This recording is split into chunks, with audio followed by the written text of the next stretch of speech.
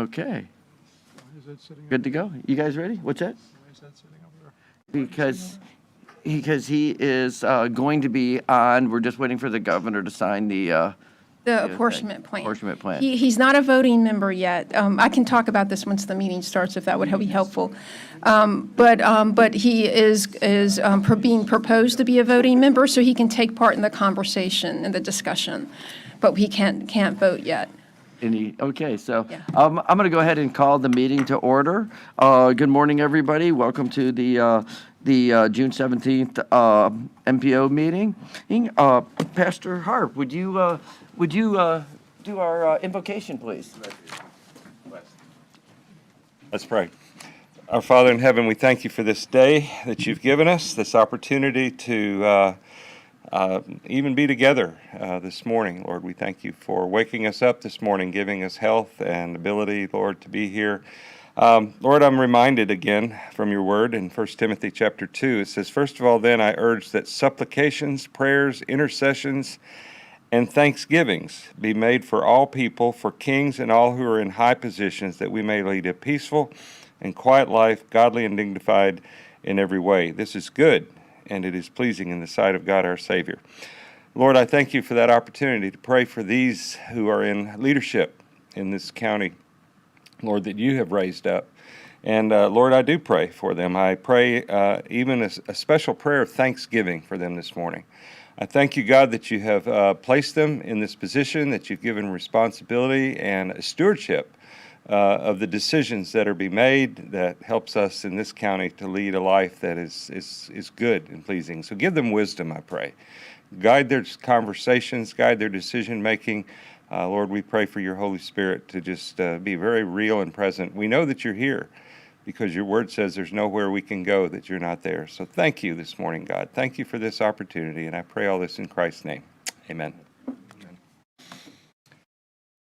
I pledge allegiance to the flag of the United States of America, and to the republic for which it stands, one nation, under God, indivisible, with liberty and justice for all. All right, thank you. Brittany, would you call the roll, please? Commissioner Troy McDonald, Here. Commissioner Doug Smith. Here. Commissioner Sarah Hurd. Here. Commissioner Stacy Hetherington. Commissioner Harold Jenkins. Commissioner Christopher Collins. Here. Commissioner Kaya Mayfield. Here. Mayor Susan Gibbs Thomas. Here. All right, thank you. Before we approve the agenda, I'm going to ask that we remove from the agenda item 8C, which is the South Dixie Highway Improvement Project update. This needs, Beth? Yeah, I'm sorry, I just wanted to make a couple of announcements. Brittany Trung is our recording clerk today, and if you all don't mind, when anyone makes a motion or a second, if they could please state your name, just to make sure she has that in the notes. And also, I wanted to welcome Commissioner Ed Campy. He is proposed to be the 5th commissioner on the MPO board, starting when the governor approves the apportionment plan. From what I understand, all the MPOs in the state, their apportionment plans are on his desk, ready to be signed. They just haven't been signed yet. So we, like other MPOs like Metropolitan that have new members coming on board, they are invited to come to the meetings and be part of the discussion. They just can't take an actual official vote of anything yet. So I just wanted to mention that. Okay, thank you. Anyway, so item 8C, improvement, Dixie Highway Improvement Projects. The city has asked that that be removed at this point. We're going to vet that through our CRB and the city commission before bringing it back to the MPO, because there's a lot of questions regarding that. Can we still talk about it so that we can give you some input? Because are we on? We are, okay. And I think Stacy Hetherington at our joint meeting had voiced some concerns and wanted to comment this morning on it. I don't know if she's coming in late. Do you know if she's coming today? Yeah, and As far as I know, she's going to be here. she's going to be here from what her assistant said. We can, sure, but like I said, there's been a lot of concerns from the community and neighborhood, and we want to vet it through the staff. In fact, let the record reflect, Commissioner Hetherington has arrived. But we definitely want to bring it through the staff before we bring it back for any final approval or for the. Sorry. Oh, no, go ahead. Even before it goes to the staff, I would like to at least be on record with some ideas and thoughts so that your staff, because if staff has been driving the conversation with the consultant at where we are today, it's not going to go anywhere as differently than where it is today, because that's where we are today. Right. Okay. Yeah, that's fine. So we'll just have a short discussion on it if that's. I appreciate that. Okay, we don't have any staff here on that. Commissioner Hetherington, what we're doing. The city staff had asked that 8C, on downtown, be removed from the agenda so we could vet it through the CRB and the city commission. But Commissioner Smith has asked that we at least have a little short discussion so that we can get some input from the county commissioners as well. And So perhaps for the approval of the agenda, you can change item 8C to a discussion item instead of an approval item. And so that way you'll still be able to discuss the. Okay, Commissioner Smith? Mr. Chairman, I would move approval of the agenda as submitted with the exception of changing item 8C to a discussion versus approve. Second. Okay, so we have a motion by Commissioner Smith, a second by Commissioner Collins. All in favor, say aye. Aye. Okay, motion carries. Okay, let's move on to approval of the minutes. Hurd moves approval. Second. Okay, we have a motion by Commissioner Hurd to approve the minutes, seconded by Commissioner Hetherington. Any public comment on the minutes? Hearing none. All in favor, say aye. Aye. Any opposed? Motion carries. Okay, let's move on to comments from the public. Did you fill out a comment card? Oh, you did. Do you have the comment? Yes, please. Do you have a comment card? I don't have a card. Oh, here we go. I do have one. Melody Hearn, Family Care Council. Thank you. Of the area 15, which includes Martin County, St. Lucie as well, Indian River and Okeechobee. So I attend all of the transportation disadvantage meetings because I am, for number one, I am a mother of an individual with intellectual disabilities, and on that board, APD, the Agency for Persons with Disabilities, sits on that board, vocational rehabilitation, and many others. I'm sorry, I will lean forward. So I do reside in another county, but my position is governor appointed to serve those families and individuals with intellectual disability. I'll leave my brochure because many of you in this room know me. I've been here for many years. But this is the heartthrob right here. It's called the Treasure Coast Advantage Ride, which you all support with other counties and other means that my son, who has intellectual disability, has benefited from. He is graduated. He deferred his education until 22, which is his legal right under U.S. law of special education. And he did then go into adult training. My hopes was that he would go on to college because I was one of the proponents of that college program within our Treasure Coast up at IRC. It was moms of those with Down syndrome that went to the college and asked their provost and their legislative session to go and get the grants for our individuals to attend college. And it was my purpose to make sure that our individuals would be able to get there. And it was clear up at main campus. Well, also Indian River campus hosts part of that program. So it is my privilege, but my honor here to look you in the eye and ask you to put as much funding as you always can into this, because it's our individuals' rights now. We're not in the old days when they're kept away in a sheltered workshop. They are out in their community working and being employed, being trained, and enjoying their life with supports of APD, the Agency for Persons with Disability, but not everybody gets on that. Not everybody has a companion that can take them there. Group homes, their funding is cut. Thank you. I appreciate the funding amount. Thank you very much. I'll leave the brochures. Okay, any other public comment? I'll get you another one. I don't think she's done. Okay, thank you. We'll move on to item 8A, and this is a public hearing for the final draft of the fiscal year 25 to fiscal year 29 Transportation Improvement Program, and it is a public hearing, so I'll open up the public hearing. Beth?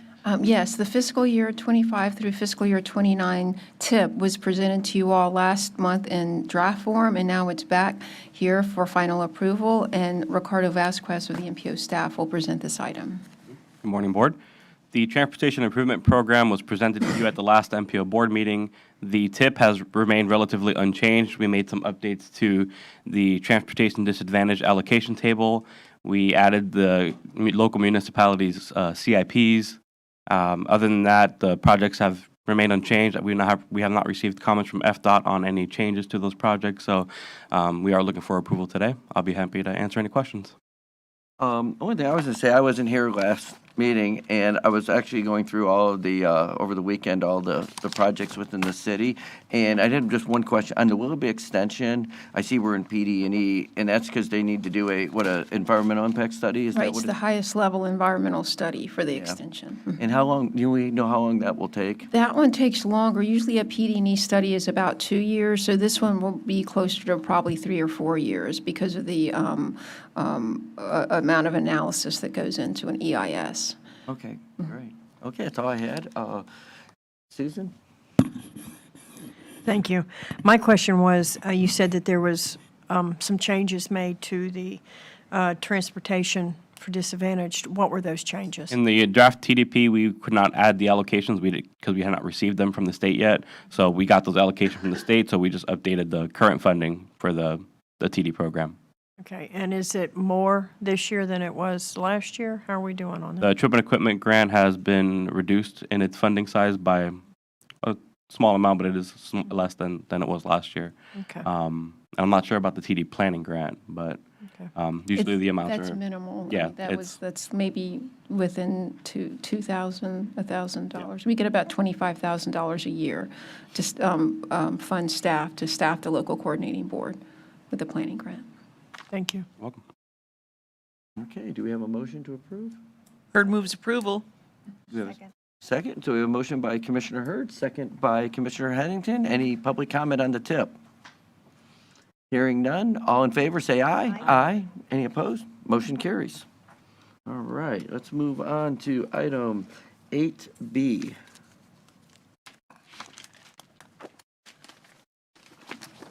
This is the final draft of the fiscal year 26 through fiscal year 30 list of project priorities.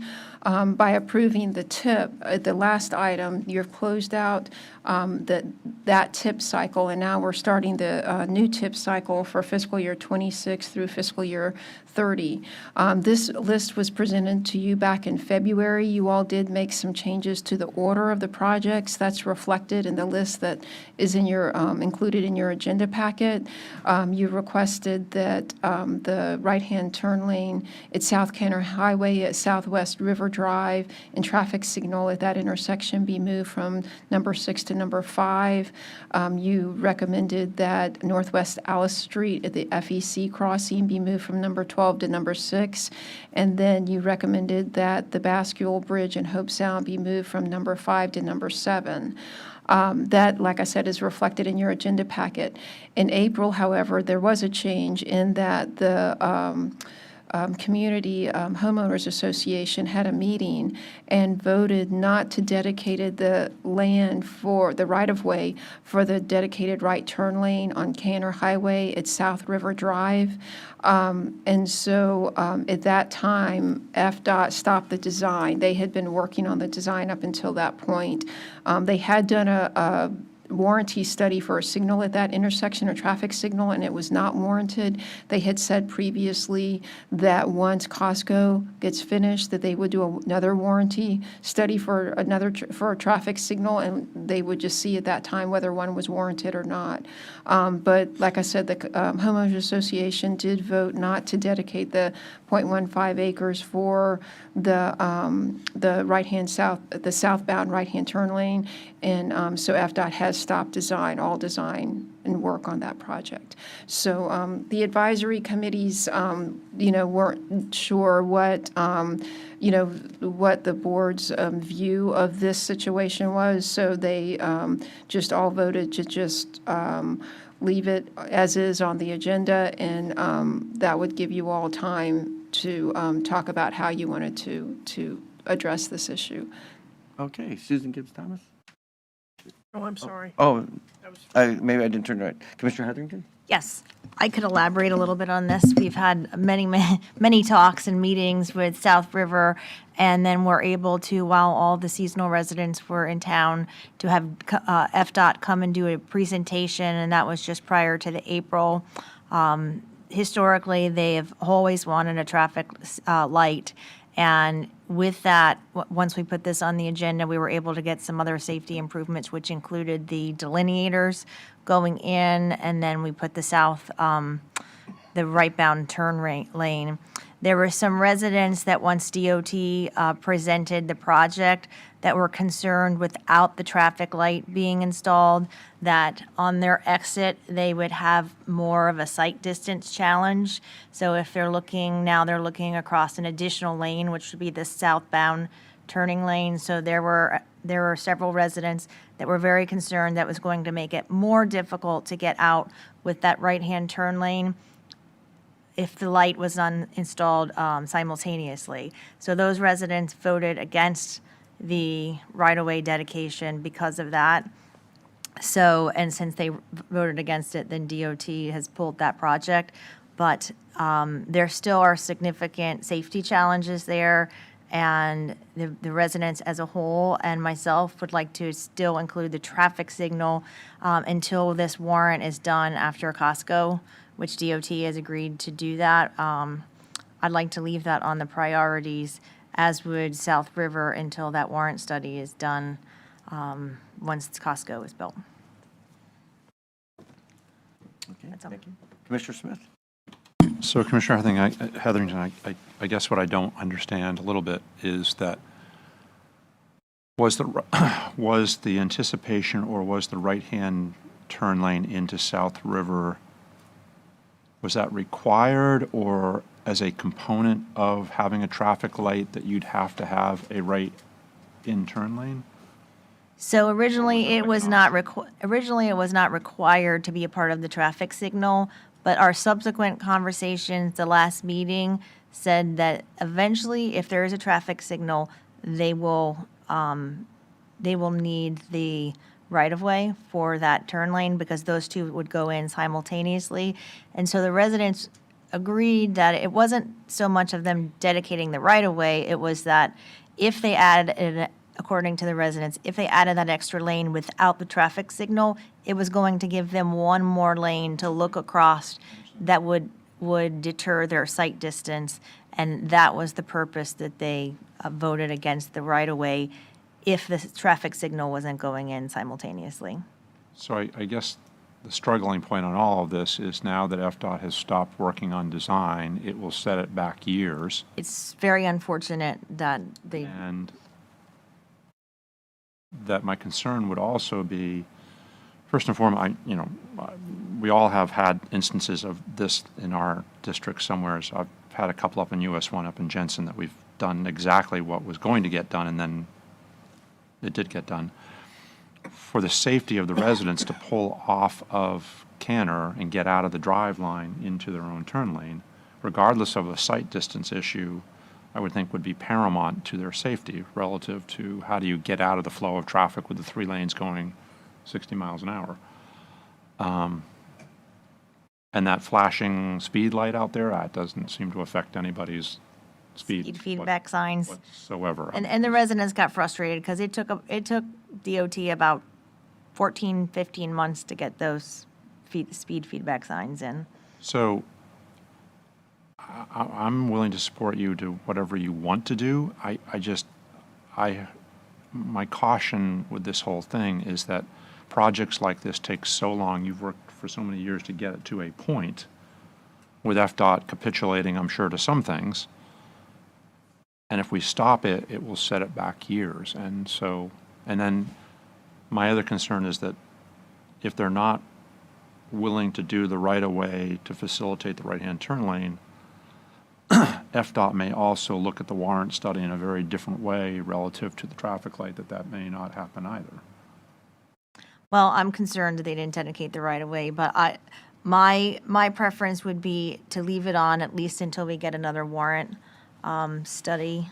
So can I just ask a question, though? Sure. So, Beth, what happens leaving it on the list if FDOT has stopped design, putting any funding towards any work on it? What happens with it being on the list where it is? Well, usually, not say usually, but a lot of times a project is left on the list because it's important to have a project on the list to be eligible for federal funds, even if it's not SU funds, to be on the list to eventually get funding. For instance, the pedestrian mid-block crossings at number 12. The FDOT has said a few years ago that those were not warranted. However, we that work in this building and everyone across the East Ocean Boulevard for a cup of coffee know how dangerous it can be. And you all have decided to leave it on the list. And as a result of that, FDOT has come back and they're getting ready to do another walking audit in that area to see if they can warrant some safety improvements to crossing East Ocean and Monterey from this area right here. So that's usually why a project is left on the list when it's not warranted. Now, it is number 12 on the list, but the reason why it is far down is because it hasn't been warranted, but you all wanted to leave it on the list for future warranty studies and future funding if available. So that is certainly an option if you all want to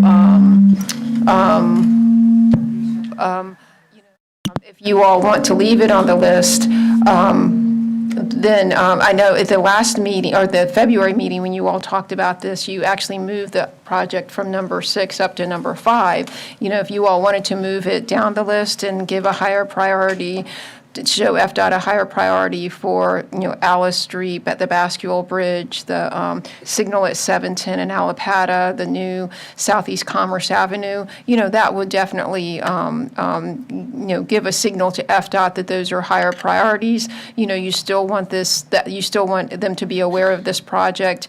You all do support some safety improvements for this area, but because nothing is going to happen immediately in MPO terms, that would be an option to move it further down the list and have these other projects to show FDOT a higher priority for some of these other projects that are listed below that. Okay, I get all that. I guess, Stacy, it's up to you. What do you think? Well, and as you remember, at one point there was a proposal to take the traffic signal out since it hadn't been warranted, and I was adamant that we have to keep the traffic signal in. And at one time, and of course I know he retired, Jerry O'Reilly had mentioned, mentioned that this was purely safety, and sometimes, when there were incidents outside of the warrant, that there's a possibility that the traffic signal could be installed. So I think it's important, and like I mentioned, they voted as the 530 members of South River, and it was a very small minority of them at the very end of this, once DOT presented, that voted against the right-of-way. So unfortunately, that still was a majority, and then they couldn't provide the letter to DOT. So the majority of residents in South River are very concerned about their safety, and their number one priority is a traffic signal.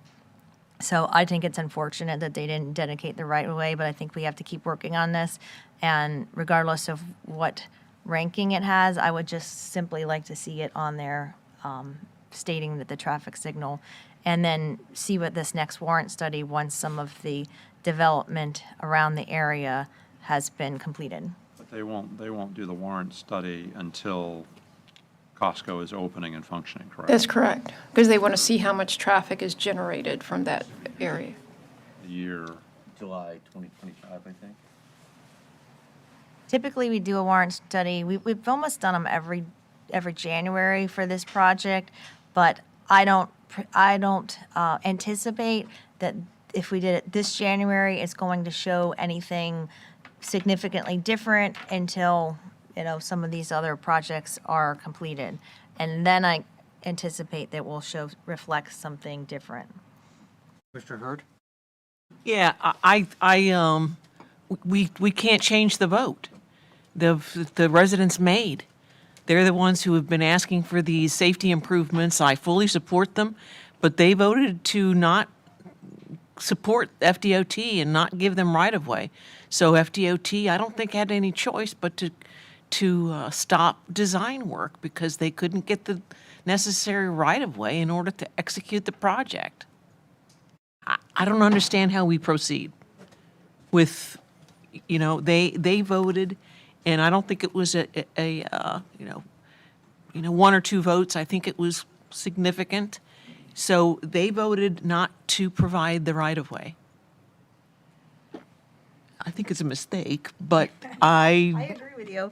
I can't substitute my judgment for theirs. They heard the facts and judged, and I think they judged wrong, but.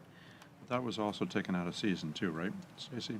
That vote was like 2 weeks ago? The vote was taken in April, the end of April. So if they come back in October, November, and have another vote again, it may look very different. Could possibly. I think it was about a 40 vote differential where they lost. And they had about 400 and some odd people voting. Mr. Camp? I don't think we should vote on speculation. We got to vote. It's interesting, when I first heard about the vote from the HOA to not do it, like all of you, I'm thinking, wow, that's odd that they would vote sort of, it seems, against their own positive intentions.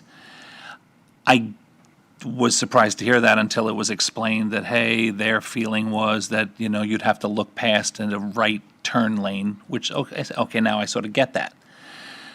But then when you hear what Commissioner Smith said, who's been at this a while, I don't know, having not attended that meeting, I don't know if the residents understood the bigger picture and how FDOT works. Because once FDOT, if you had, through your hard work, got them to start this study in the first place, which is not easy, now they have that vote, which I bet if they heard what Commissioner Smith just said, how that simple decision, which someone, probably a neighbor, said, hey, look, now if you don't have the light, you're going to have to look to the left past this additional lane. That makes sense in a vacuum. But if you understand by stopping that turning lane, it's a domino effect. And the concept of the warrant, you hit the nail on the head, Commissioner Hetherington, when you said that Jerry O'Reilly would say that sometimes lights are still put in place even if they don't quote-unquote warrant it. And I'll give you two real-life examples. When we needed to have a traffic signal at Danforth and Martin Highway in Palm City. Danforth is directly across from Palm City School Avenue. The neighbors, like your residents, were asking, we need a light, we need a light, we need a light. Kid got hit on riding a bike, and they said, now will we have the light? And we did a warrant study, and since Danforth was a finite neighborhood that was completely built out, it did not quote-unquote warrant a light. Same with Whispering Sound. The FDOT said, no, sorry, it doesn't warrant. There are lights at both of those intersections now because you just have to keep pushing, which you have been doing.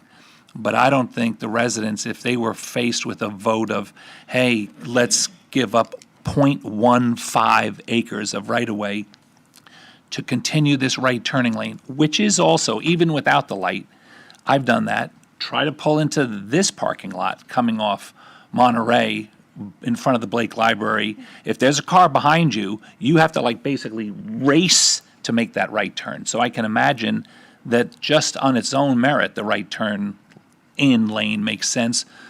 But if they understood what you and Commissioner Smith had said, they would have to give you that right of way because they have just set themselves down from that light years and years and years. And I think the concept of pushing past it doesn't warrant it is more the fight that they need to be taking on, Because you had gotten success and movement from FDOT, which is not easy, and now they've just forfeited that. Commissioner Heatherington, what do you think about if we keep it on the list, but we just move it to the bottom? So that we just move everything up one, and that way it's on the list, we can keep it in the realm. I don't think it'll hurt anything to do that. I would agree with that. That way, it's, the traffic signal at least is recognized that with it, even without a warrant, it's still a safety improvement that's necessary. I would agree with that, yes. Do we- Susan Gibbs Thomas? Yeah, just for clarification, and it doesn't have any bearing on this situation, if they had taken a vote that said, yes, we agree to that easement if it includes the light, would that have been an option? And that would have shown their dedication to that, and FDOT may have continued on with that? Yeah, And it's hypothetical, it doesn't really pertain, but moving forward in a situation like this, would something like that help? well, according to many that I spoke to, the light is the ultimate goal, and they probably are going to need that turn lane as well. So, I highly encourage them to support that turn lane. It's just unfortunate that a few of them thought that it was going to, the turn, right. Well, because those are two separate, the southbound turn lane and the traffic signal are really completely separate projects according to the DOT. But could they have made that stipulation? We'll agree to it if. I don't know that the DOT would have done that Okay. stipulation. Beth, did you have your? Yeah, I just wanted to mention, just remind you that this list of project priorities goes before you all twice every year. The draft always goes to you all up in February, and then the final, like this year, comes back to you all in June. So if you were to make a change today, you would have the opportunity to review the list again in draft form in February for fiscal years 27 through fiscal year 31. Commissioner Smith? Listening to all the board members, I would move staff's recommendation on the list, and I would move item number 5, SR 76 Cantor Highway at South River Drive to the bottom, Stacy, of the list, Yes, that's fine. and that everything else beneath that move up one space. I'll second your motion. Okay, so we have a motion by Commissioner Smith moving item 5 to the bottom and moving everything else up. Second by Commissioner Heatherington. And Got more comments, yeah. Pardon? I was just reminding you that you had comments. Oh, yeah. And we end comments. And we have Commissioner Campy? Oh, Commissioner Mayfield, yes, for oh, sure. you guys are sharing a light? Okay, sorry. Just kind of this doesn't actually relate to the topic, but I heard the word warrant used kind of as a verb and a noun. And again, being somewhat new, could you guys explain? I understand this doesn't warrant a traffic light. I understand that context, but then it was kind of used, we didn't have a warrant. Is that the version of that that's a noun?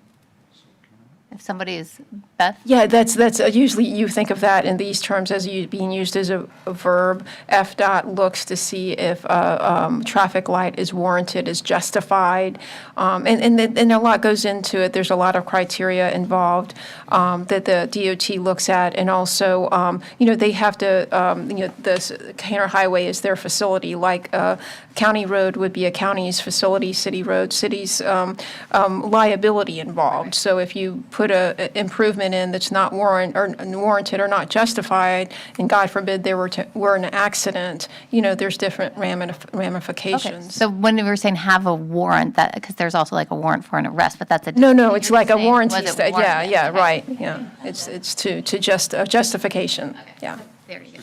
One step further, there is a process in FDOT that is called a warrant study.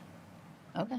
And that process, if you are wanting to put a traffic light in where there is not one, there is an entire analysis and process called a warrant study that is, the analysis is done on that particular ask. And there are, generally speaking, very difficult criteria to climb over to get to the justification through that study that something is warranted. Okay. Not impossible. Not impossible, but what's very frustrating on our end, and we have lobbied at the state level multiple times over the last couple of years, and I sit on the Long Range Transportation Planning Committee on your behalf, that there ought to be a separate step-out position that an MPO or a county commission or a city commission can take, because as Beth said, there are local conditions that we understand better than anybody understands, regardless of whether it warrants it or not. Ed said he's got 2 lights out there that whether it met the criteria of a warrant study or not, it still was important to the residents, and it was a safety feature that we all deemed was worthy of putting in.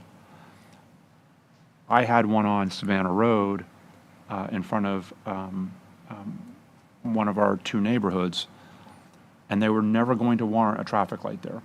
So we put a roundabout in because it could meet the criteria to put a roundabout in, but because of the safety analysis, enough people hadn't died yet at that intersection to get us over the threshold to say, okay, 6 people have died, we've now met the warrant for doing so. Okay. It's ridiculously frustrating on our end that you may know in Sewell's Point that there's something that should get done that just doesn't quite meet that level of FDOT standards, but that's all within this warrant study process. It doesn't always meet the standard of Vision Zero, does it? So, No, it does not. Commissioner Collins? Yes. So the last time we talked about this list, I had brought up item number 4 and what would probably look like from our discussion and what I saw building a tunnel there at Monterey. And at the time I said, it's my instinct that if residents actually knew that this was on the docket, certainly at item 4, importance, there might be some pushback. And I had a conversation about this on the podcast, not to drag that into this meeting, but I got a lot of feedback after that from residents, and my instinct was confirmed that people really do not like the idea of a tunnel being there at Monterey, which seems like it's going to be the most likely option because we can't really put a bridge with the planes coming in. But especially in light of some of the feedback I've also had about Palm City Road, I would love personally, and what I gather from residents, to see item 4 somewhere below Palm City Road improvements 10 and 11. There wasn't really any takers last time, but if possible, I'd love to see that motion amended to see 4 move down. But that was it. Any other comments? Hearing none, we have a motion by Commissioner Smith, a second by Commissioner Heatherington. Do we have any public comment? All in favor, say aye. Aye. Any opposed? Nay. Okay. Motion carries with 1 dissent by Commissioner Collins. Okay, moving on to 8C, which is now a discussion item, and please keep in mind, we do not have city staff here. When I saw this item last week, when I went with Beth on the agenda, and I realized this had not been vetted by the city commission and CRB yet, actually the CRB first, then the city commission. I did talk to staff and suggested that it really needs to be, so that's what we are going to do. But as Commissioner Smith said, he'd like to make a few comments on it. And I would say that that there's a lot of moving parts to this plan, and I haven't had a chance to go thoroughly over it with our city staff yet as well. Any comments? I would ask, I will follow if it's okay. I would ask that Commissioner Heatherington Okay. go the first, if she wants me to go first. Sure, no, I'd be happy. I'll just kind of reiterate the comments that I've made. So this, if you look on page 217, I'm going off of that diagram and the proposed plans. And without the formal presentation, I'm not sure about some of the proposed traffic lights, but what it looks to me is that it's changing from Haney Circle on South Dixie to a one-way. Not Haney Circle. Is that Haney Circle up here? No, that's Sailfish Circle. Oh, Sailfish Circle. Yeah. Down to Confusion Corner on South Dixie Highway to a one-way and adding a sidewalk on the side of the railroad track. I can't determine if it's a 6-foot sidewalk still or a 4-foot, but we had conversation at our previous meeting, February 2023.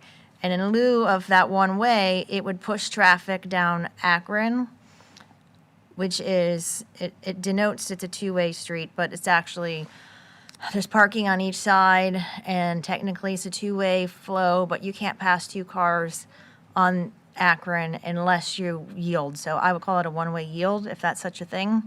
Excuse me, do you want the mouse so you can kind of show, I think that would be, I think that might be, usually you all don't get that, just, I'm okay. okay. There's only 3 that probably follow. I just wanted everybody to make sure they could follow you. The main 3 that I'm referencing is Akron, and then when you're pushing down South Dixie, it would push the traffic that would have been going on down the two-way street down California, which is a one-way street.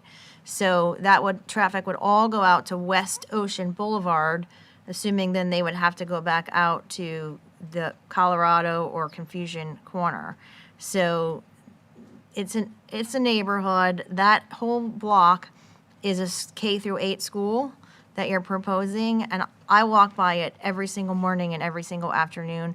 There are a couple hundred kids that are being dropped off at First Baptist School, and I think that's probably a major safety concern to have that traffic running down these, very narrow streets off of Dixie. So my recommendations would be to try to figure out a way, and I looked at the minutes from the last meeting where we discussed this, and several of us had made commentary on truck traffic and some of the things on Dixie Highway. And I would look for alternatives that did not limit that down to a single lane of traffic. I think there's going to be a lot of congestion up here at the circle, and it's going to create, like Palm City Road, what you're doing right now is neighbors are significantly concerned about this going through their neighborhood. I think that you're going to find, if this were to happen, you're going to have the whole neighborhood of Potsdam, which is pretty much that triangle, having major safety concerns as Palm City Road does. So in order to create a sidewalk on Dixie, you're creating, I think in this particular plan, many neighborhood complications in lieu of that. And I don't disagree with any of that, and that's why I want to, like I said, I haven't had a chance to even go vet this with staff yet.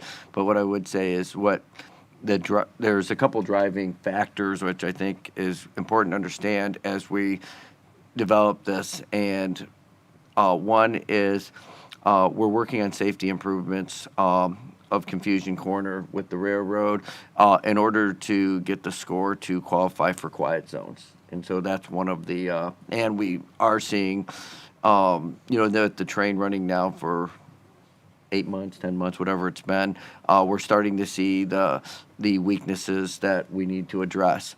The other issue is, as you can see on here, this green section along Dixie Highway, that's looks like that is the parking, the right-of-way that we're going to lose from FEC. So we're trying to address all of those issues, and I think that we can do a better plan. I think we definitely need to look at Akron, and we need to be looking at everything between West Ocean and Colorado in particular to see how we're going to address because those are narrow streets. They're 100-year-old streets that are very narrow. And they're two-way streets, but they're effectively 1.5 lanes. So you have to pull over to allow people to go through, and that's on a normal basis, that's fine. but as we are developing with additional traffic and so forth, we have to be conscientious of that. So, and sometimes the engineers aren't always thinking, they're focused on the safety issue of the roundabout and maybe not on those other issues. So, but those are definitely, I spoke with a couple folks on Akron over the weekend and last Thursday or Friday. So we'll see how that, we'll keep them. And I think that we need to include the community into a workshop with our community on that. Commissioner Smith? So probably the same comments I had last time. One, I'm not so sure, I guess I don't understand at this point why FEC needs that right of way to go away where the existing parking is with the system that's operating today. So I guess that would be one thing that'd be interesting to learn from Brightline or from FEC, what's going on with that. Number two, 2 and 3, I would absolutely hold a charrette with the neighborhood and the businesses. That triangle at some point, a lot of that was up for sale over the last couple of years. It will redevelop at some point in time, and at that time, if there's needed right-of-way to happen, that would be the time that I would think that the city would extract the right-of-way to get the additional lane width that they needed on A1A and sidewalks and so on. And I would also bring in Michael Walwork, who is by far the foremost authority on roundabouts.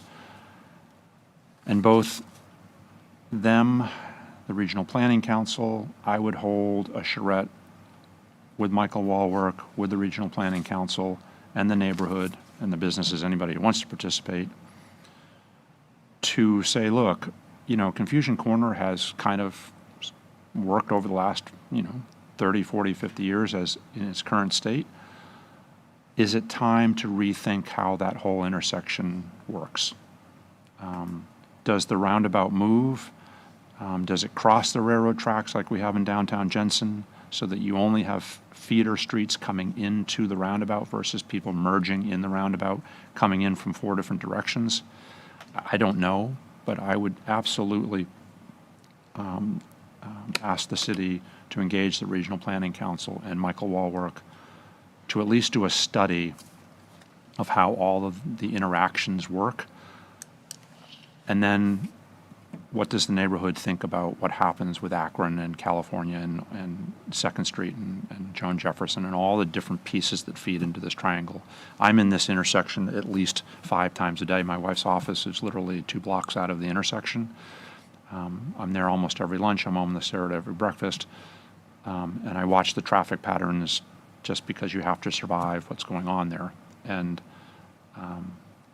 anyway, I just think there's a lot of opportunity, Troy, to do something better.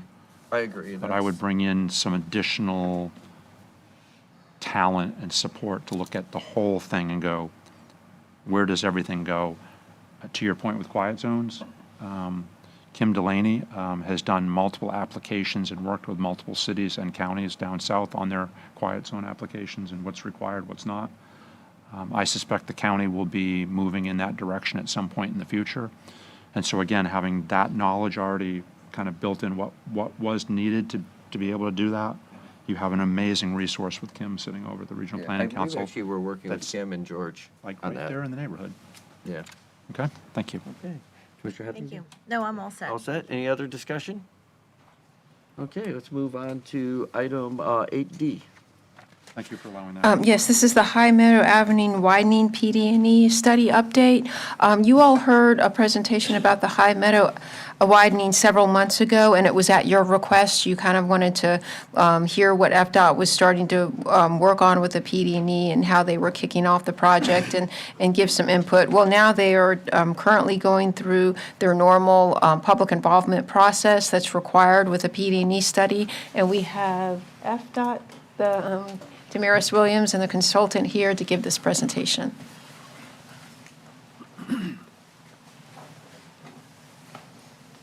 Hi, good morning. Excuse me. Good morning, everyone.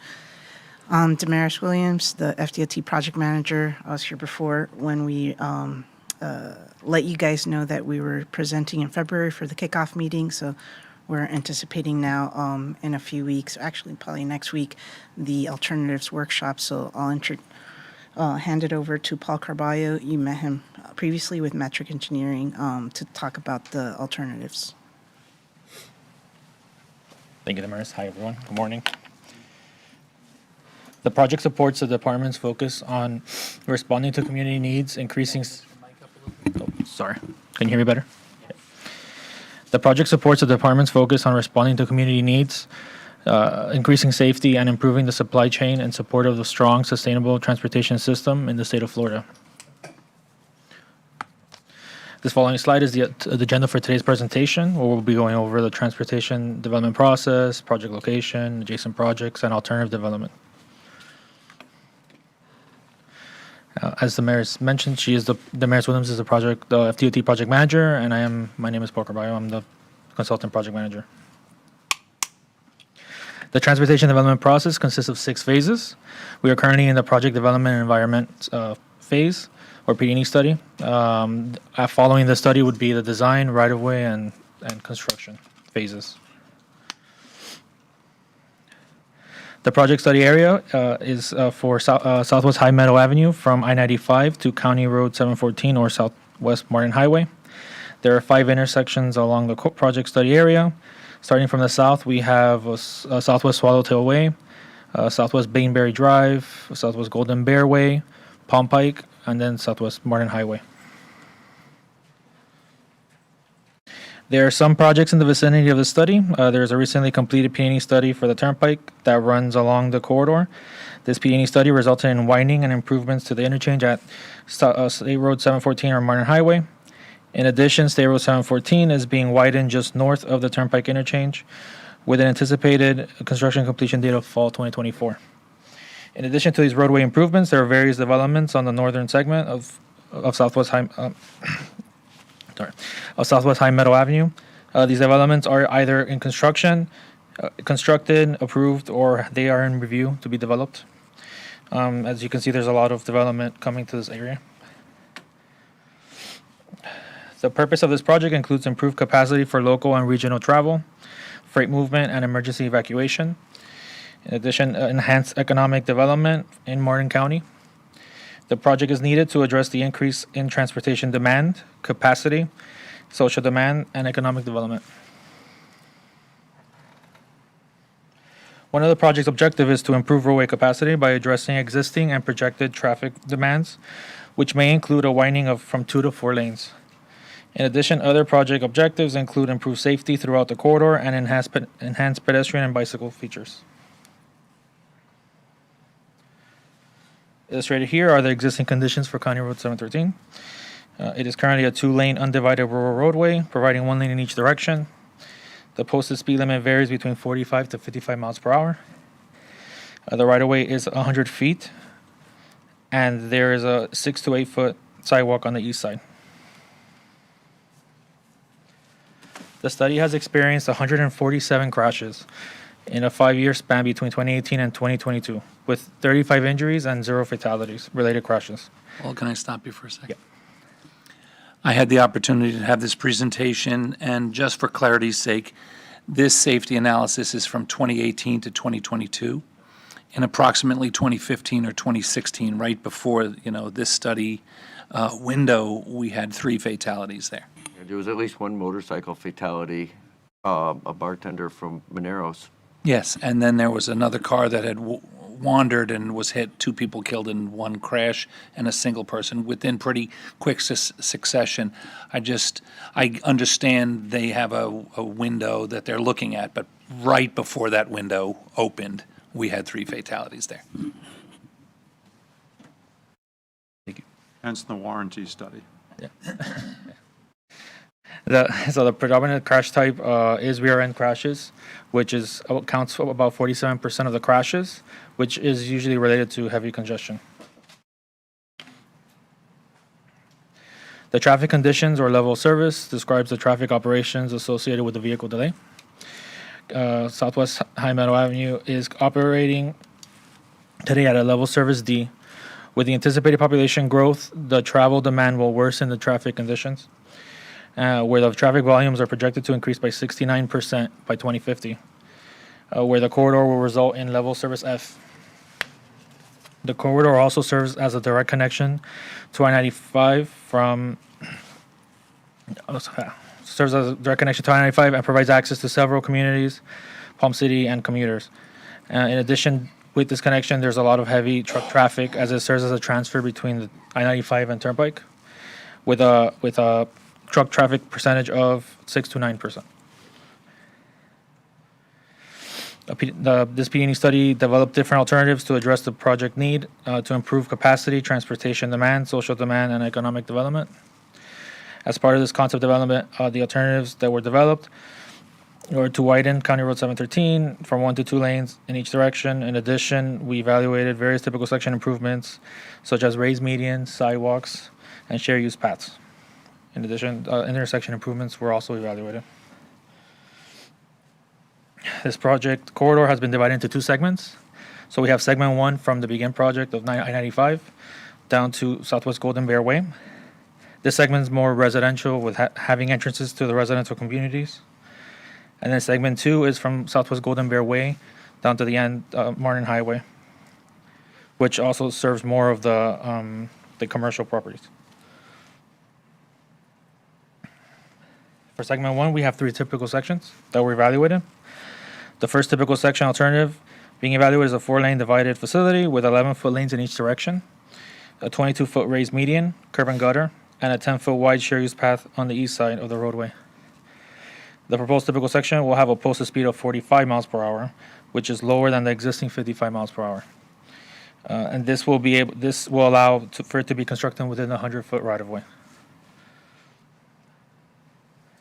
Typical section 2, B. The second alternative that was evaluated is a suburban high-speed facility with 12-foot lanes in each direction, inside and outside paved shoulders, a wide grass median, and a 12-foot multi-use path on the east side. The required right-of-way for this alternative is 148 feet, which will require 48 feet of right-of-way acquisition.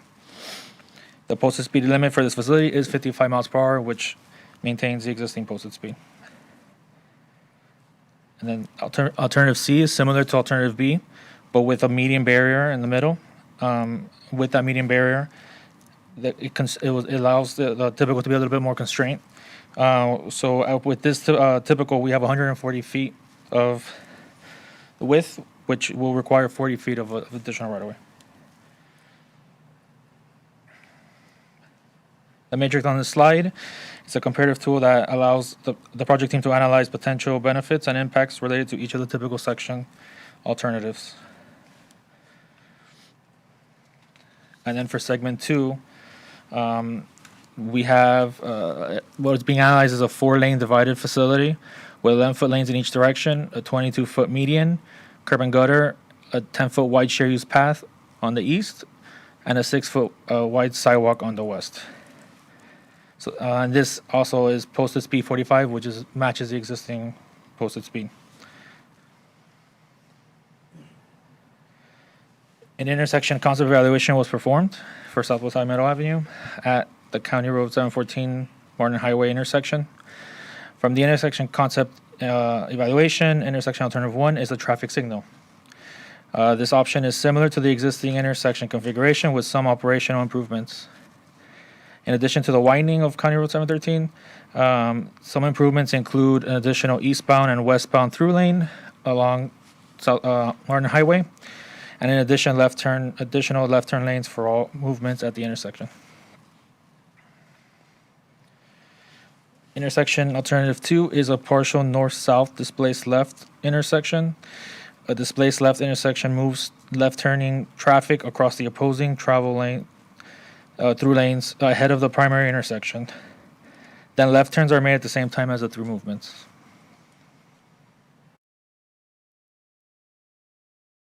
The project will also include a comprehensive investigation of environmental effects of the projects for social, cultural, natural, and physical environment features, and if needed, identify ways to reduce or minimize impacts.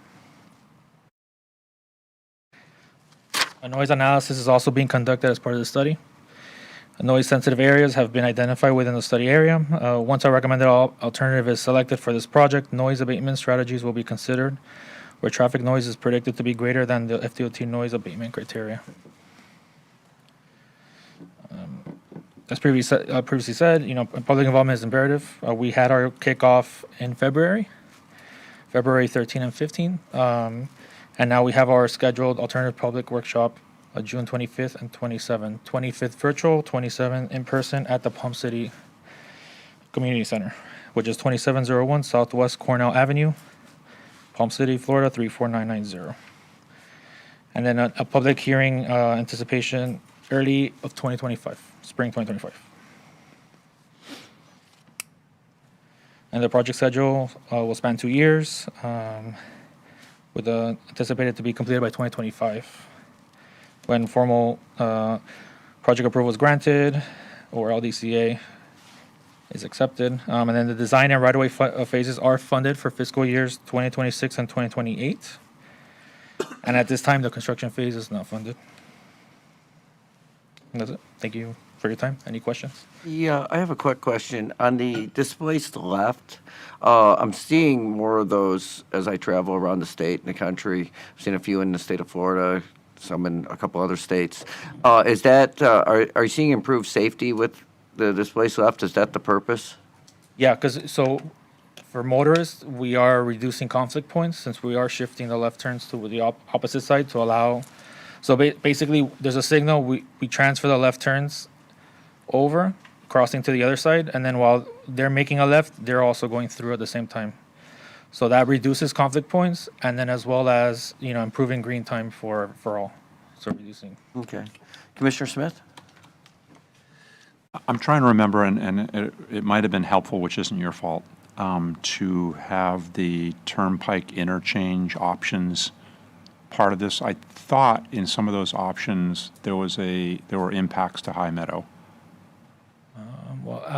So Turnpike is pretty north. So it will be like the following intersection. There were off ramps and there were on ramps and there was involvement. Wasn't there a connection to High Meadow? Yeah, and that will be the kiss of death, so we will fight that pretty Right, hard. but Yes, right in front of Golden Bear, they had an exit and entrance to the turnpike, and then they also had one on Layton Farms Road, which that's Right, no, I absolutely ridiculous. just relative to what might or Yes. may not happen here, it might be helpful to do sort of an overlay for us to see, are there any impacts, conflicts? I'm pretty sure when that was up, we were able to kill the funding for the study, push it out a decade, because that would have been the person that was the consultant at the time, I don't think completely grasped what happens in the actual neighborhoods. To have the turnpike exit onto Layton Farms Road and have the turnpike exit or enter from High Meadow at Golden Bear is absolutely insane. And we fought it hard back then. I think we knocked it out. Yeah, But I get your point. And I don't think the preferred option, I don't think included any of those ramps. But yeah, but I will add it. Show it and see it. Right-of-way issues, what Yeah. you need, what you don't need, what that thing needs, doesn't need. If there's going to be any conflicts or any overlap, it just would be helpful to see it. Will do.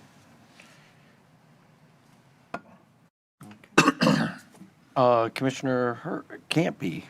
Thank you. See, aren't you glad I'm back? I came back almost for this. Paul, if you could go back to Section A, Alternative 1. Perfect.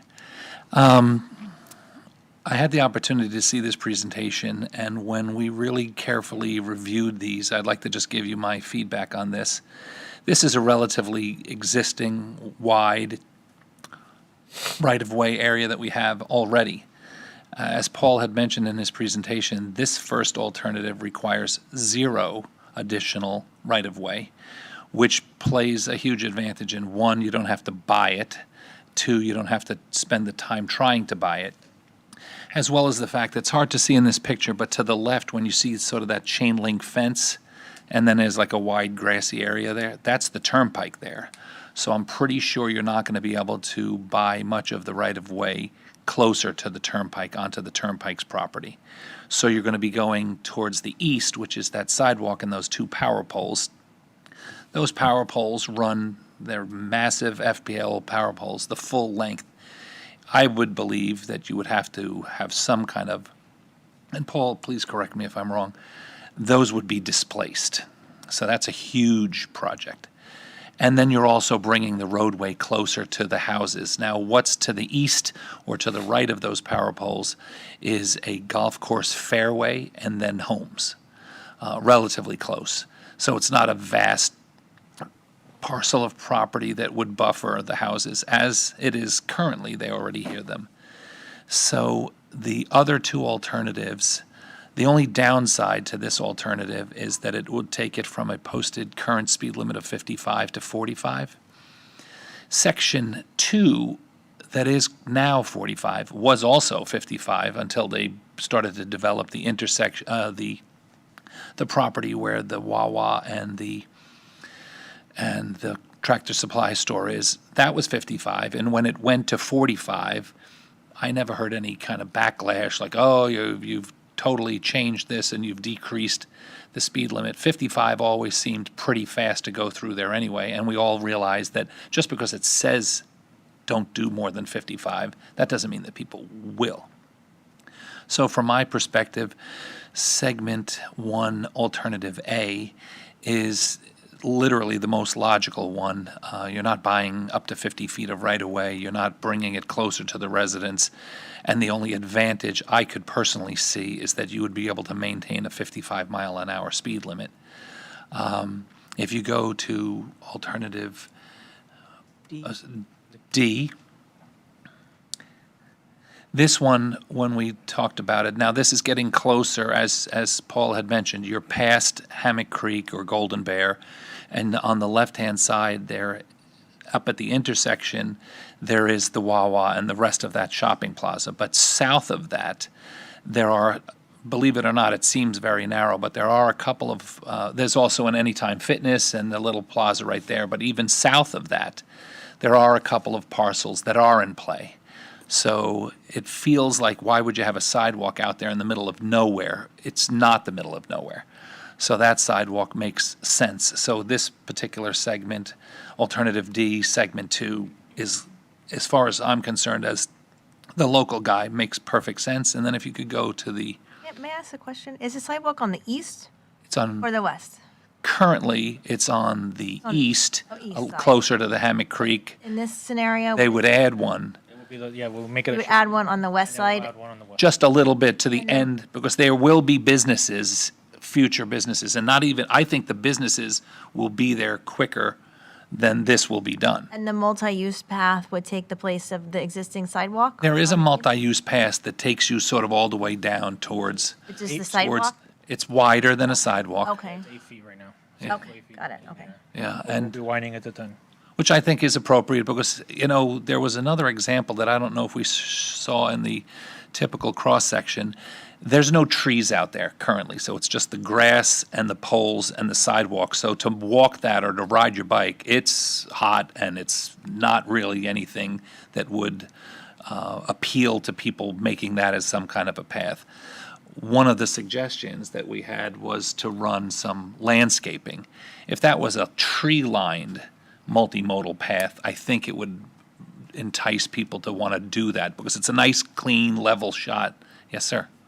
The only thing I would question with the one on the west side is now you're gonna encourage people to use the west side and want to cross over 4 lanes of traffic to the east side.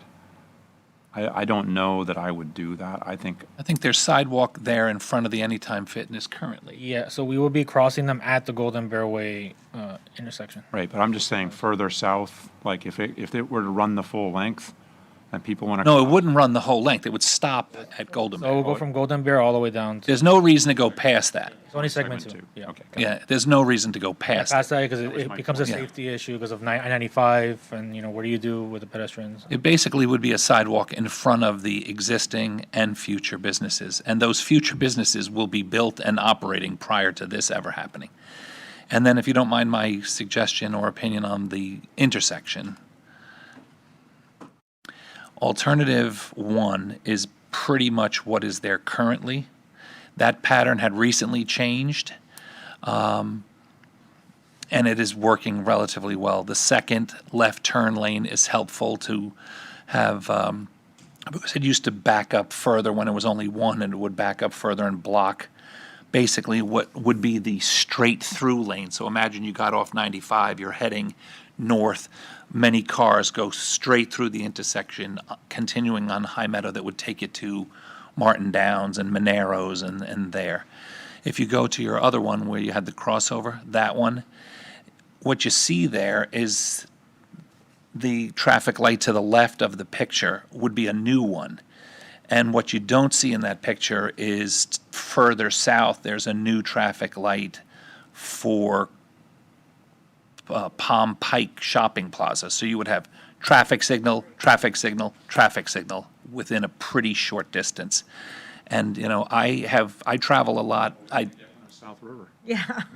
What? We'll take Well, I'll give you that one right there. You can have that one. Hey, we'll trade you up 2 traffic signals for one. The idea that these three will kind of work together and they would all. That's what we're negotiating.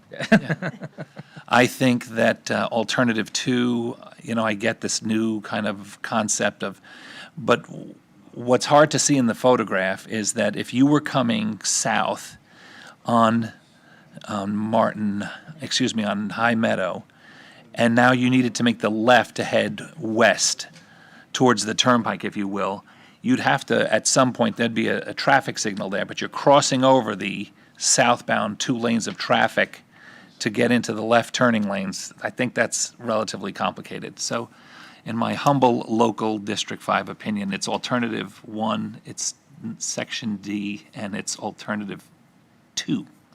Excuse me, 1D1. The backyards of those 4 houses on the right-hand side of the photo, go to now the other one. Yeah. Now it's in their backyard. That's what I mean. That's why I don't like this alternative 2.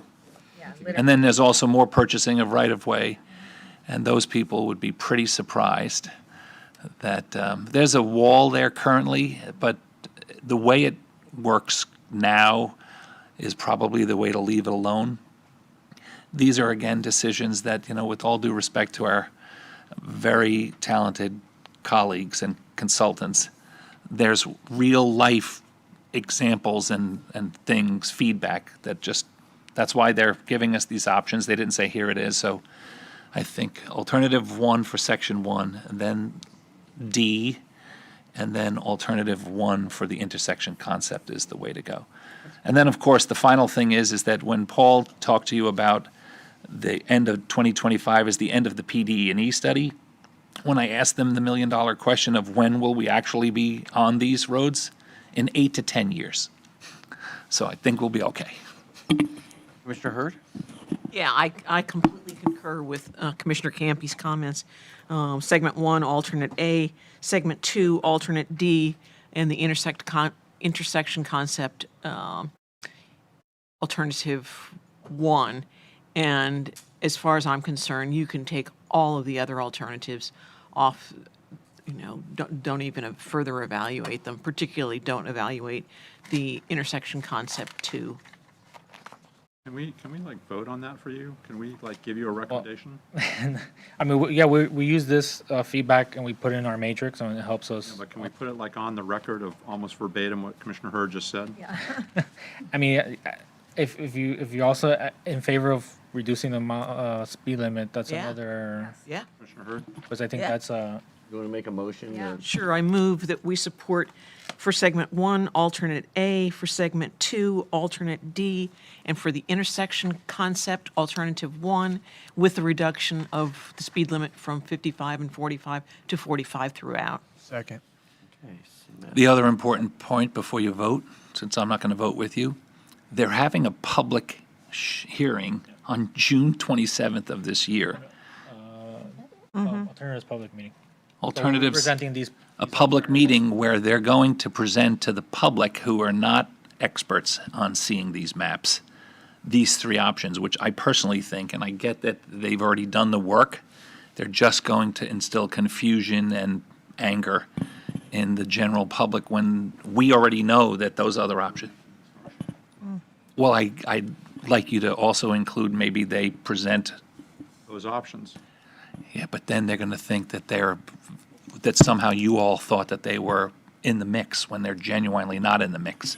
Well, they can maybe include that they present that the MPO board recommended these ones and not to use the other ones. So when I'm sitting there in the crowd and the crowd starts to percolate, I'll know that this was the only option that we're genuinely considering, because they'll think that you all came up with these extra. Yeah, because the intent will be, to get the public feedback, get their comments, and then, that will help us evaluate and.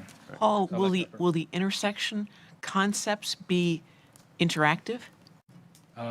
Well, in the presentation, I'll have like an animation of Yeah. how it works, yeah. Commissioner Campy, I think that alternative 2 will do really poorly in the animation. As long as they don't think it was our idea.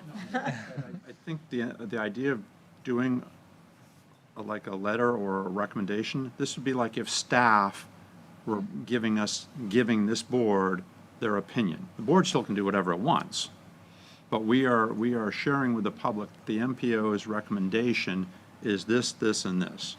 They can still say, well, we don't like the MPO's recommendation, we want that. Okay, fair enough. We'll be in Orlando at FAC, so I won't be at this public meeting, so someone, Beth Beltran, someone will have to present the fact that we were presented these options, but we really were hopefully unanimously deciding that it was only going to be one. We're making a motion. Okay, so we have a motion by Commissioner Hurd, second by Commissioner Smith. Commissioner Heatherington? I was just going to mirror that. Those are my selections of the alternatives that Commissioner Camping and Commissioner Hurd outlined, so. Okay. Councilmember Gibbs Thomas? Just quickly, that June the 27th meeting that is in person at the Palm City Civic Center, what time is that? It is at 5:30, I believe. Later, sure. It is, I think at 5:30. Should be 5:30. Should be 5:30? Now, that's on a Thursday, correct? Correct. We'll be able to go to that. And just kind of make sure that I'm understanding this right. Now, we previously had a presentation on the crossover between 95 and the Turnpike in the Hope Sound area. Now, say that happens, that'll impact this roadway, and it should lessen some of the traffic on this roadway, correct? Yeah, but at this time, since that project's not fully funded, we're Right. just, independently focused on. Yeah, it's like this is kind of, Yeah, we're it's looking just at out this there. separate, yeah. Okay. Okay, Commissioner Campy, did you have anything else, or was that? No, that's- Old light, okay. And Beth? Yeah, I just wanted to clarify, are y'all going to be giving an actual presentation at this meeting? It would be like this presentation looping, and then we'll have it'll be an open forum, so everyone will be asking questions. We'll have all the So you can, roadblocks. there'll be like a mic, where you give people opportunities to Well, make no, so public that would be a comment? public hearing. For right now, for the alternatives, we'll just have an open floor format. People come in, ask questions. We'll have all the road plots out. So how will we let them know what the MPO board prefers?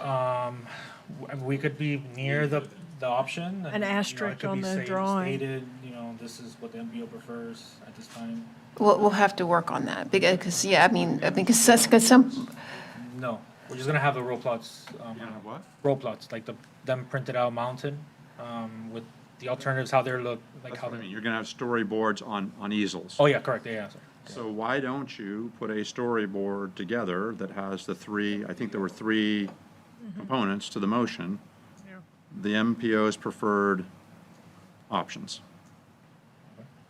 Voted I on don't know if option, something that's very obvious. 'Cause otherwise, I'm going to forward the calls to you. Commissioner Collins? Yeah, just for the record, not to confuse Ms. Strong, but I was the second.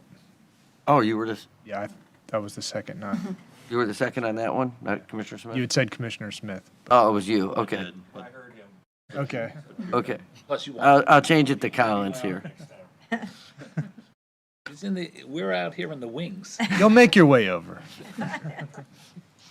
Okay, so, on that note, I don't have any other lights. We have a motion by Commissioner Hurd, a second that was actually by Commissioner Collins. And y'all understand the motion?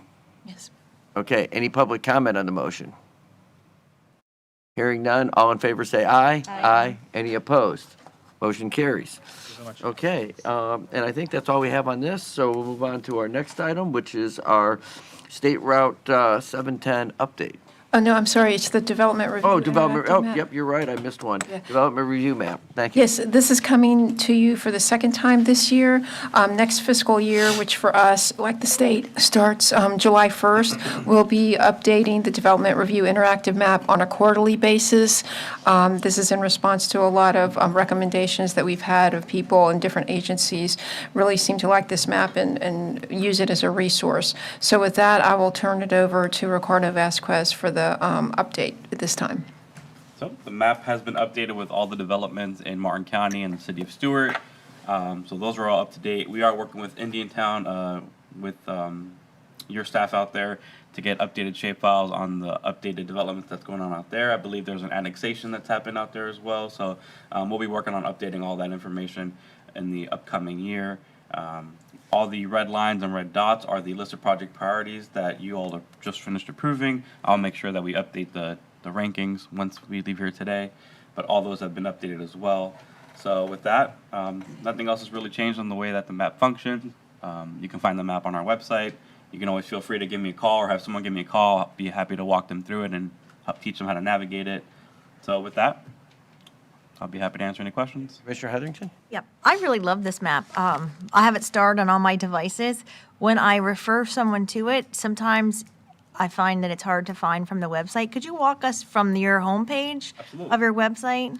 That way someone can see exactly where they go to click on the link for that. Sure.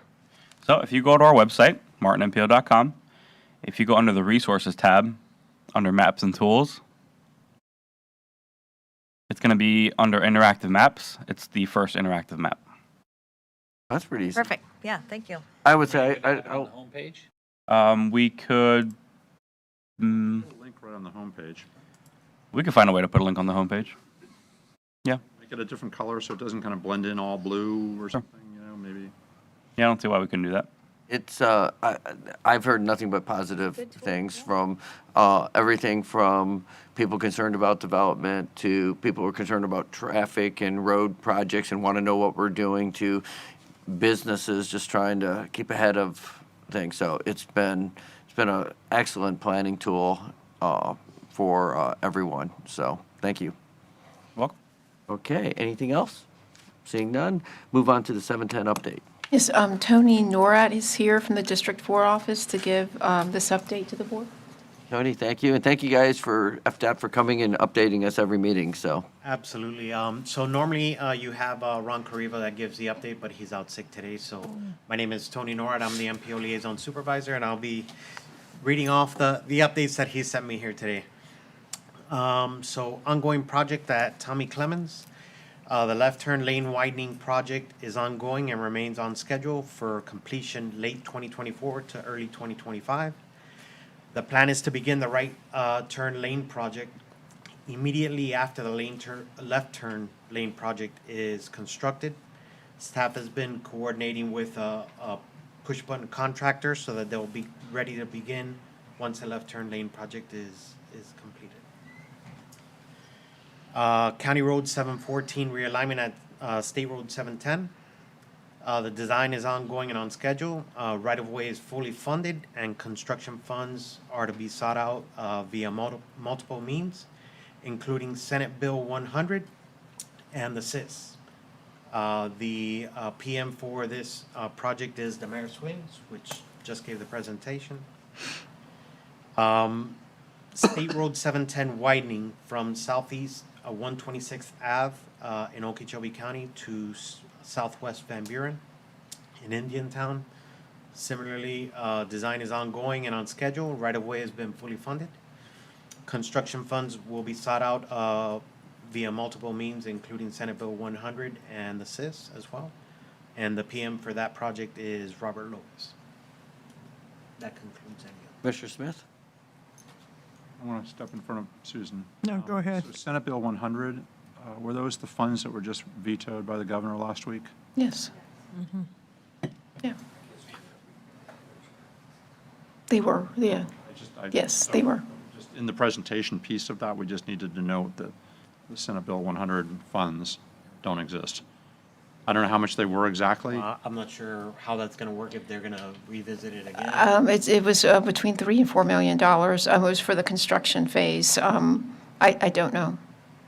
I just put it on everybody's radar that what we were encouraged to do as a community county in terms of the last couple of years, how funding was working through the legislature. This year, that process seemingly changed. And a lot of transportation funds were vetoed and a lot of water projects were vetoed. So for next year, we need to be thinking about if we still need those funds to continue or to complete that project. We just need to understand, is that now only going to come through FDOT funding, traditional style funding, or do we need to go back to the legislature again and ask for another? Understood. I'll try to get it. Yeah, from what I in talking to Ron Kariva, FDOT is doing all that they can to try to get funding for both of those projects, the State Road 710 widening as well as the realignment of 714. They're looking at a lot of opportunities, every opportunity. As Christine Fasiska had presented to this board several months ago, one important thing about looking for funding is to make sure the timing is correct. One doesn't want to get funding allocated in a year that it's impossible to move ahead with construction because right-of-way phase hasn't started. So that's something that we're working closely with FDOT with, and hopefully we'll have some good news in the draft tentative work program in December when FDOT District 4 comes to present to this board. Just make everybody cognizant of the idea that if there's a gap somewhere, we need to figure out how we're going to fill that gap. Yeah, and we're committed. We're committed to getting this done in the right way, and so, that's why we're here every meeting and trying to update you guys. And behind the closed doors, they're having these conversations as well. So. And this is more for our board than for FDOT, Yeah. but it may be worthy or worth us, Susan, again, going back to Tallahassee come fall, and sit down with people again and keep nudging them and encouraging them of the importance of why we're doing this. Yes, sir. Okay. Susan? And just for clarification, did I hear you say that right-of-way procurement is fully funded?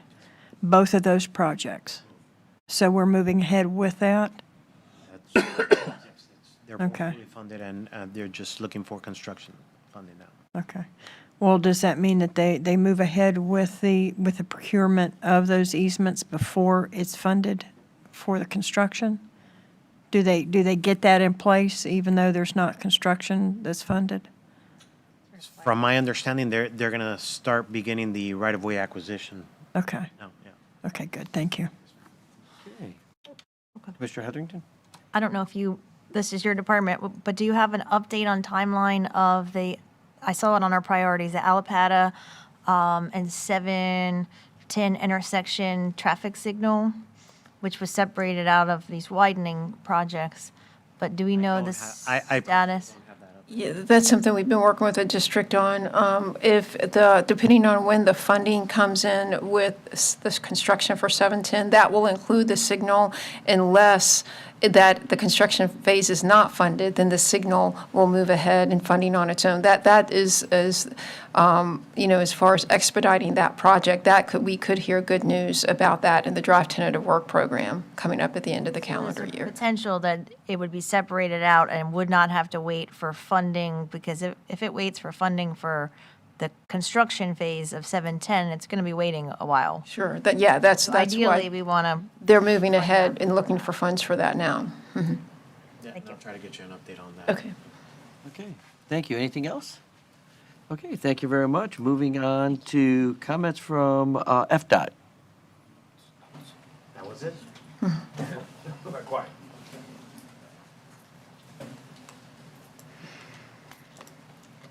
Hi, my name is John Deemer. I represent District 4 FDOT Maintenance. So I-95, US 1, and those maintenance needs and the asset maintenance contracts in those areas. So Chris Karras told me to come up here today and talk to y'all about Roosevelt Bridge. About the debris on the bridge? Yes, sir. I was actually going to ask you that since... Well, Well, currently I have 2 contractors that work the bridge. We have one contractor that's bridge specific.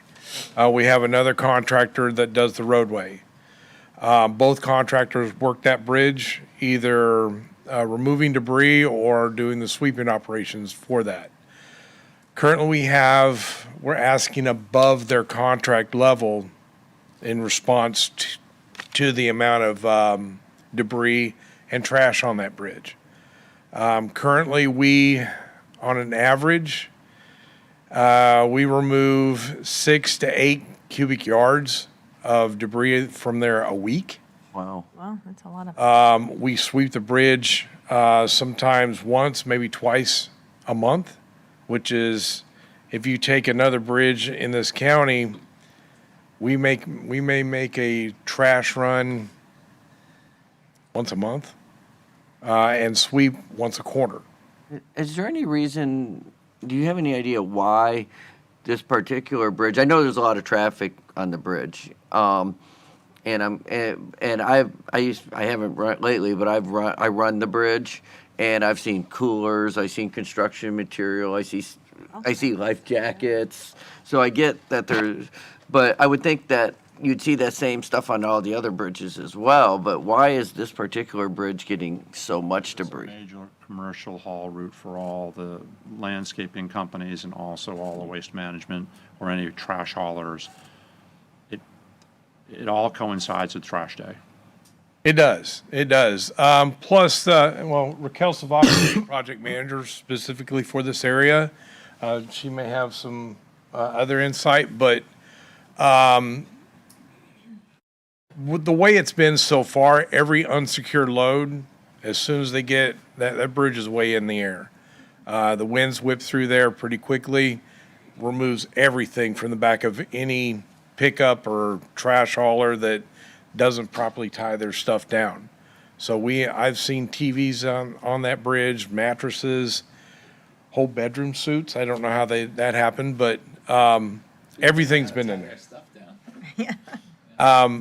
We've engaged with FHP. We've engaged with the waste management.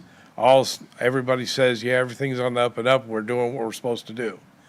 I saw a 5-foot Yeti cooler up there one time. People were slamming on the brakes to grab that.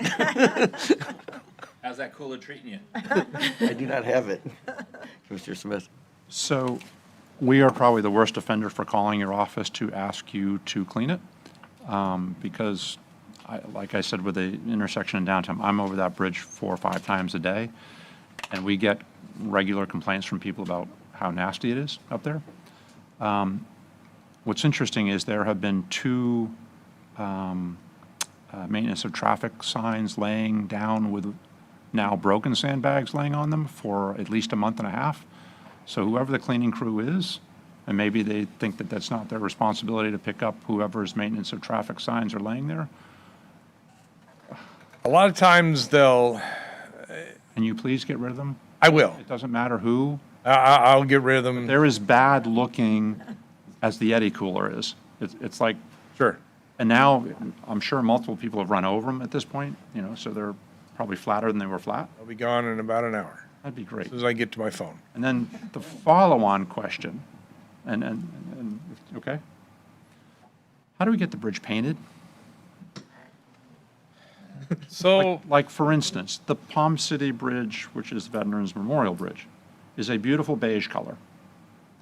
The Roosevelt, the Jensen Beach Causeway and the 2 Souls Point Causeways are kind of like stained black, molded, mildew, nasty looking Jersey barriers. You want me to have those bridges painted for you, Doug? Your district funds, that would be No, awesome. I'll make a call. We got you.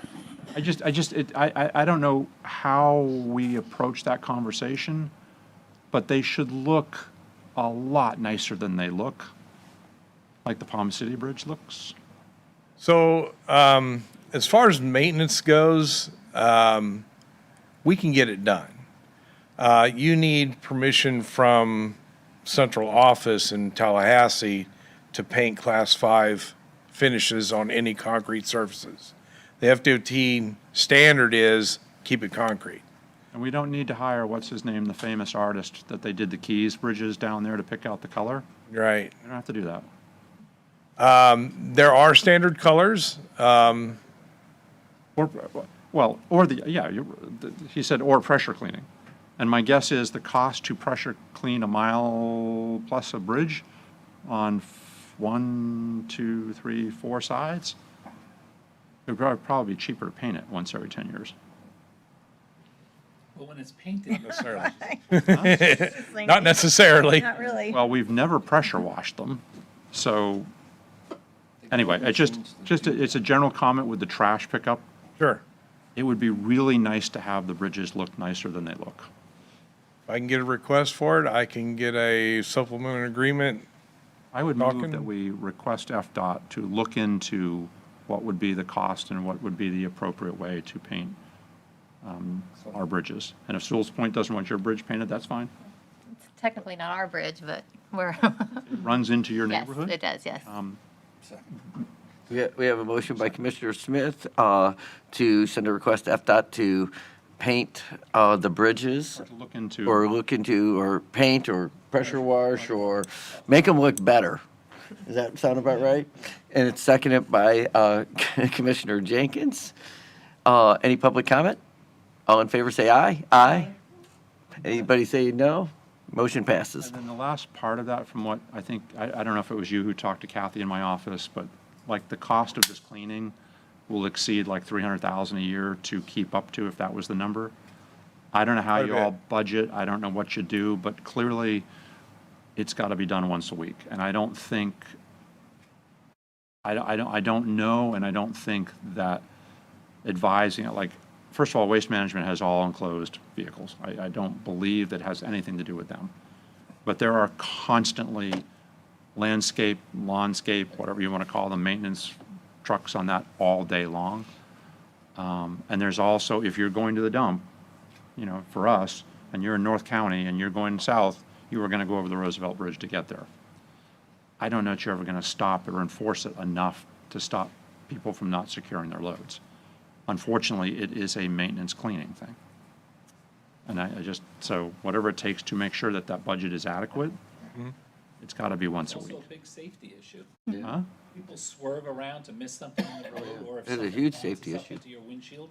I mean, we're sort of making light of it, but it's a big. No, I'm not making light of it. It's an embarrassment, and it's not your fault. I'm just saying, it is an embarrassing major gateway to both the city of Stewart and to Jensen Beach, and anybody traveling through Martin County that uses the Roosevelt. It is an embarrassment.